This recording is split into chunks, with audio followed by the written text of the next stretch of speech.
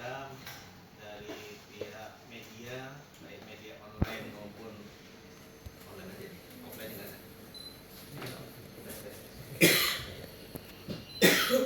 Dari media tentang ya ini klarifikasi dari pihak rumah sakit, nanti akan langsung tentang teman-teman. Nah, teman-teman. Mungkin untuk mempersingkat waktu, tunggal hidup dengan terminasi misoprostol 1/8 tablet tiap 6 jam. Nah, rencananya saya tulis di situ, bila tidak lahir tanggal 20, ya, bidan sudah menanyakan, ini bagaimana ibu? Apa tidak lebih baik SC karena anak kelima, kemudian dengan tanda tangan inform consent bahwa mereka siap untuk dilakukan induksi, karena memang kan hamilnya paling bagus kita induksi itu 39-40 minggu, jadi semua air ketuban masih bagus, plasenta masih bagus. Kalau lebih dari 40 minggu sudah pasti hasilnya lebih jelek. Nah, sehingga jam 9.40 itu masuk, 9.45 dilakukan anamnesa oleh bidan kembali, kemudian ada nyeri, kemudian inform consent dilakukan saat itu, mereka menolak dan mereka tanda tangan untuk siap dilakukan induksi. Nah, kemudian menolak untuk SC, jadi mereka mau mencoba untuk induksi saja, gitu, dirangsang. Nah, kita rangsang kalau dia belum ada HIS, itu kita pakai misoprostol 1/8 tablet, hanya 1/8, 25 mikrogram, dimasukkan setiap 6 jam, ya, maksimal 5 kali. Tapi kalau sudah fase aktif, artinya pembukaan di atas 4 cm, itu tidak boleh dimasukin lagi, tinggal dievaluasi. HIS-nya bagus, ya tinggal berlanjut untuk bisa melahirkan normal. Itu kronologisnya seperti itu. Kemudian pasien datang semua di kondisi bagus, ya, kompos medis, tensinya juga dalam batas normal 127/80, nadi 74, respirasi 20, suhu badan 36,8, SpO2 99. Kemudian diukur tinggi fundus 35, DJJ saat itu dalam kondisi bagus 150 kali per menit. Kemudian gerakan jadinya menurut ibu sangat aktif. Diperiksa dalam masih pembukaan 1 dan arahnya masih ke belakang dan masih tebal, sehingga memang keputusan induksi adalah keputusan yang terbaik. Walaupun saya kasih batas sebenarnya dari poli 18 cuma punya waktu 1 minggu, 26 harusnya kita seksion nih, gitu. Cuma keluarga tetap memilih, ya, itu pilihan kan, kita kasih inform choice, mereka memilih seperti itu. Kemudian jam 10.23 itu lapor, kemudian saya bilang 10.23 pagi. ya, 26 pagi, ya. Kemudian 10.50 sudah di suami ke ruang perinatologi, bahwa ini ada calon bayi dengan induksi, dan ruang perina ACC juga untuk tetap dilahirkan normal, dengan ada pernyataan dari perinatologi kalau bayinya jelek berarti keluarga siap menanggung, karena memang kita keterbatasan di NICU untuk yang bayi, ya. Kemudian dilapor ini konfirmasi ke kamar bersalin. Kemudian jam 11 itu ini petugas Infonet mentransfer pasien ke VK. Kemudian sudah terpasang infus RL 20 ppm untuk infus jaga. Kemudian dari Ponek jam 1 baru bisa dipindah. Kemudian saya di WA, kemudian saya jawab, ya, kalau keluarga memilih, ya kita tetap induksi 1/8 tablet, hanya 25 mikrogram. Nah, menurut evidence base ini tidak pernah ada yang utuh, karena kita pakai cuma 1/8 tablet, ya, jadi 25 mikrogram, ya. Rencana tetap dijadwalkan partus spontan. Kemudian di VK pasien diedukasi lagi oleh bidan VK tentang surat pengantar dokter yang dibuat tanggal 18 bulan 12 2025 dari Poliklinik Kopcin, yang ibunya hanya kontrol 1 kali tanggal 18 itu, yang menyatakan pasien rencana induksi Kalau mau diinduksi ya harusnya di waktu itu, ya. Tapi keluarga tetap memilih, suami dan istri ya, memilih untuk tetap mau lahir spontan, ya, lahir normal. Kemudian waktu pasien dibaringkan di ruang bersalin, diperiksa DJJ 149 kali per menit, diperiksa ulang lagi, diperiksa dalam, ya, porsinya masih tebal, lunak, pembukaan masih 1 cm dengan ketuban positif dan kepalanya masih 4/5 atau memang baru mau masuk pintu atas panggul. Nah, jam 11.10 itu suami pasien keluar untuk beli obat induksi. Hanya 1 tablet kita butuh saja, karena kita kan hanya pakai 1/8. Karena kebetulan resep itu di Markeninde lagi kosong.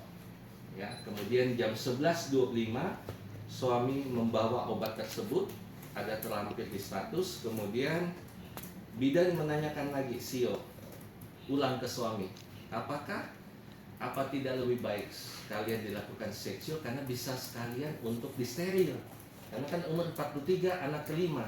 Tapi ibunya jawab, saya mau disteril tapi tidak mau operasi gitu. Nah, jadi dia jawab gitu, ya sudah, berarti keputusannya cuma satu, induksi saja. Jadi suami suami sudah tanda tangan dari IGD, ditanya ulang, suami tetap berkeras untuk lahir normal, istrinya juga sama. Kemudian jam 12.12 sudah mulai rencana mau dimasukin, tapi ibunya bilang dia mau makan dulu. Jadi akhirnya dimasukin jam 13.00, ya, masih tetap pembukaan 1, hisnya sama sekali belum ada. Jadi mau masuk obat induksi. Program pertama 1/8 tablet atau 25 mikrogram. 1 tablet dia 200 mikrogram. Jadi dibagi 1/8 itu hanya 25 mikrogram. Jadi dosisnya hanya memang untuk membuat porsio mendatar dan membuka saja, hanya membantu untuk membuka. Ya, betul. Oke, kemudian jam 14.10 setiap jam saya instruksikan harus diobservasi karena kita induksi. Jadi DJJ setiap jam harus diperiksa dengan his. Ya, jadi 14.10 belum ada his, DJJ masih normal. Kemudian jam 14.10 itu serah terima untuk dinas sore, sama-sama diperiksa masih tetap pembukaan 1 dengan his yang masih jarang sekali, ya. Dalam 10 menit masih baru ada 1-2 kali yang lamanya cuma 15 detik. Biasanya kalau his bagus itu dia di atas 40 detik. Dan dalam 10 menit itu dia sekitar 3-4 kali. Itu hisnya bagus. Oke. Kemudian jam 17 itu diperiksa, ini tensi masih normal, nadi 89, DJJ masih 143 kali per menit, gerakan janin aktif. Jam 17.15 ada ini keluarga yang minta izin untuk menjenguk pasien, ada 3 orang perempuan, tetapi diberikan penjelasan bila pasien masih diobservasi di ruang bersalin dan ada suami yang sudah mendampingi di ruang bersalin. Jadi suami ini dia mendampingi sampai saya edukasi terakhir itu tetap ada, jadi dia tahu kejadiannya persis. Kemudian jam 17.30 infusnya bengkak, kemudian dipasang infus yang baru, DJJ-nya masih bagus. Kemudian ada nih keluarga pasien yang minta izin untuk melihat, ada wanita yang membawa 1 air botol dalam mineral, tapi bidan tidak tahu dan dia bilang harus diminum, ya. Jam 17.33. Kemudian jam 18 DJJ masih bagus, jam 19.45 DJJ 150, ya. Kemudian diperiksa dalam, ya. Periksa dalam tuh rata-rata sekitar setiap 4 jam. 4 jam dia masih belum ada. Nah, rencana masuk induksi yang kedua harusnya masuknya itu jam 19, cuma karena ada keluarga yang besuk jadi masuknya jam 19.45 yang kedua, ya, induksi yang kedua. Oke. Kemudian kita lihat jam 20.30 itu operan jaga, kemudian serah terima dari petugas dinas sore ke dinas malam, kemudian mengontrol keadaan umum, kemudian pasang infus, ya, karena diabetes, karena ibunya gemuk. Kemudian diperiksa DJJ masih dalam batas normal, porsionya masih tebal, pembukaan masih 1 cm, ketuban positif, presentasi kepala 4/5. Jam 22 itu bunyi jantung anaknya 138 kali per menit, masih aktif dengan hisnya masih sama, cuma 2 kali dalam 10 menit, tapi hisnya sudah mulai lebih kuat. Dia 25 detik, yang sebelumnya sekitar 10 detik. Kemudian jam 23 itu BJA-nya 140 kali per menit, hisnya masih sama, tapi dia sudah sekitar dalam 10 menit 3 kali. Ya, jadi lebih nambah, tapi kekuatannya masih tetap lemah, yaitu 10 detik. Kemudian diperiksa jam 23 ini, porsinya tebal, pembukanya sudah 3 cm, ketubannya positif, kepalanya 4/5, kemudian lapor, saya bilang ya sudah. Kalau sudah pembukaan 3, berarti kita tidak boleh masukkan misoprostol yang ketiga karena bahaya, kan kita takutnya ruptur ini ya. Jadi saya bilang observasi saja. Nah, jam 00 itu BJA masih bagus, hisnya sudah mulai dalam 10 menit ada 3 kali, 35 detik lamanya. Jadi dalam 10 menit ada 3 kali, yang lamanya sudah mulai meningkat ya, mendekati fase aktif kalau kita lihat, karena fase aktif pembukaan 4 ke atas itu biasanya hisnya di atas 40. Nah, jam 1 ya, BJA-nya 139 kali per menit, gerakan janin aktif, hisnya masih sama, dalam 10 menit ada 3 kali dengan lamanya masing-masing itu 35 detik. Diperiksa masih pembukaan 1, ketuban positif, kepala 4/5. Nah, bidan menganjurkan supaya cepat ibu tidur miring ke kiri supaya bayinya dapat oksigen yang bagus dan kontraksinya lebih cepat. Nah, jam 2.00 bidan periksa bunyi jantung masih 144 kali per menit, gerakan janinnya masih aktif menurut ibu, hisnya sudah 4 kali dalam 10 menit yang lamanya 40 detik. Nah, 30 menit kemudian ketubannya pecah spontan, warnanya jernih, kemudian pasien ingin mengedang langsung. Nah, diperiksa itu sudah pembukaan 9 dengan hanya sisa sedikit di sekitar jam 10 sampai jam 11. Ya, ketuban negatif ya, edukasi pasien untuk miring ke kiri. Ya, jam 2.32 pasien tiba-tiba apnoe. Biru. Mukanya biru, tangannya seperti ini. Menurut bidan seperti ini. Jadi waktu bidannya telepon, saya bilang emboli paru. Ini nggak bisa kita prediksi. Ya, emboli air ketuban, minta maaf. Jadi begitu air ketuban pecah, ada gelembung udara dari air ketuban yang masuk ke pembuluh darah sampai ke henti jantung. Jadi saya bilang waktu ditelepon, ya. Kemudian ini pasien menggigit lidahnya, saya bilang pasang ya sendok kayak gitu supaya jalan napasnya terbuka, kemudian oksigen pasang, kemudian saya bilang coba telepon hubungi dokter umum supaya RJP karena ini henti napas tidak RJP lewat, sementara emboli air ketuban saja nggak akan bisa ketolong kalau menurut teori ya. Jadi kemudian bidan memasang kateter, produksi urin 100 cc, warnanya jernih. Ya, kemudian lapor dokter IGD, kurang lebih sekitar 5 menit kemudian dokter IGD, dokter Putri ke ruangan langsung lakukan resusitasi dengan tim.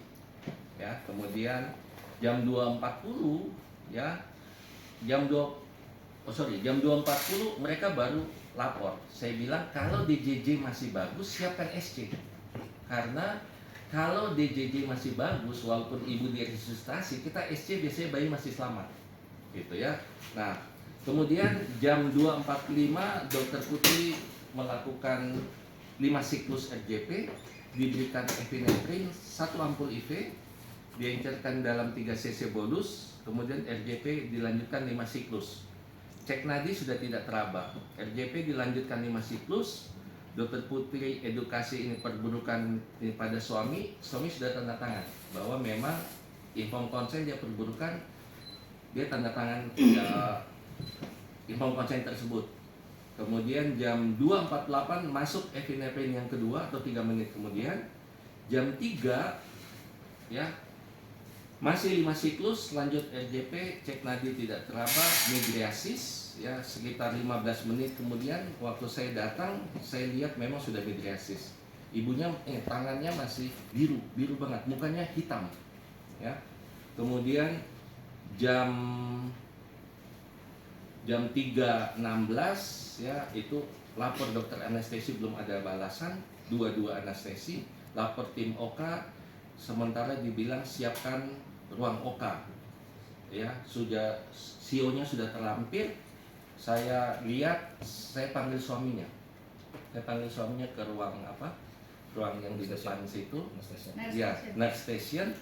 Terus saya bilang ini sudah tidak bisa, karena begitu RJP dihentikan, bunyi jantung langsung turun di bawah 60, jantung bayi. Ini kan kita kejar kalau memungkinkan bayi kita SC gitu. Jadi saya bilang nggak bisa. Dia bilang dokter, tolong bisa anaknya saja kita selamatkan. Saya bilang tidak bisa. Jadi saya bilang ibu sudah meninggal. Ini bunyi jantung anak hidup itu hanya karena RJP yang ditekan di dada gitu ya. Jadi saya bilang begitu, sudah saya edukasi. Kemudian ada adik perempuannya juga saya ngomong seperti itu. Sudah, saya sambil USG pasien, saya USG, saya pulang karena kan sudah meninggal. Saya bilang, saya edukasi begitu sudah meninggal. Kemudian saya minta dokter Putri ambil EKG untuk bukti. Rekam EKG ini sudah tidak ada, sudah dinyatakan meninggal. Nah, setelah saya pulang itu keluarganya yang tidak tahu apa-apa itu yang datang dan ribut. Padahal secara ini saya sudah jelasin ke suaminya yang berhak, dengan di situ hanya ada suami dengan adik perempuannya. Itu saya jelasin juga.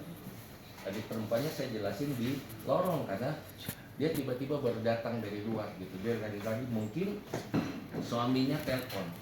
Nah, suaminya waktu saya jelasin edukasi yang bahwa sudah tidak bisa, dia sambil voice call sama keluarganya. Saya bilang, itu apa? Saya telepon keluarga supaya mereka bisa dengar gitu, bahwa ini sudah tidak ada, tidak tertolong. Baru saya bilang ini penyebabnya henti jantung. Ya, saya belum menjelaskan henti jantungnya karena apa gitu ya, tapi saya jelasin ke bidan sama dokter, ini henti jantung sudah pasti emboli. Emboli air ketuban khasnya itu air ketuban pecah dalam waktu yang singkat langsung apnea. Jadi memang ini tidak bisa diprediksi kejadian seperti ini. Cuma di masyarakat menganggap bahwa semuanya tidak kita lakukan optimal gitu, padahal sudah optimal. Dan pilihannya kan tetap ada. Ya, kita kasih informed choice kan, bahwa ini lebih baik seksio gitu. Tapi dari syarat untuk posisi janin dan air ketuban masih bagus gitu kan, tapi lebih baik seksio karena dia sudah masuk ke 39-40 minggu. Ya sudah mau lewat kan waktunya, tapi ya tetap keluarga memilih, kita nggak bisa buat apa-apa. Ya, informed choice kan pilihan kan? Ya gitu. Dari awal, dari poli saya sudah bilang, karena dia kontrol di SPOG 1 kali, dia kontrol di puskesmas saya lupa antara 3 atau 4 kali. Satu SPB itu masih umur mungkin 7 bulan, dia pas datang pas 9 bulan ke poli, saya anjurkan begitu. Dan di puskesmas dia riwayat sifilis memang, jadi disuntik sudah, tapi terapinya selesai. Artinya kan sebenarnya nggak ada masalah di hal itu, karena dia sifilis di terapi 3 minggu berturut-turut disuntik. Cuma saya tanya waktu itu suaminya tidak diobati, saya bilang percuma kalau begitu, karena kan harusnya suami istri. Waktu di poli saya edukasi seperti itu. Jadi kronologis lengkapnya kira-kira seperti ini. Jadi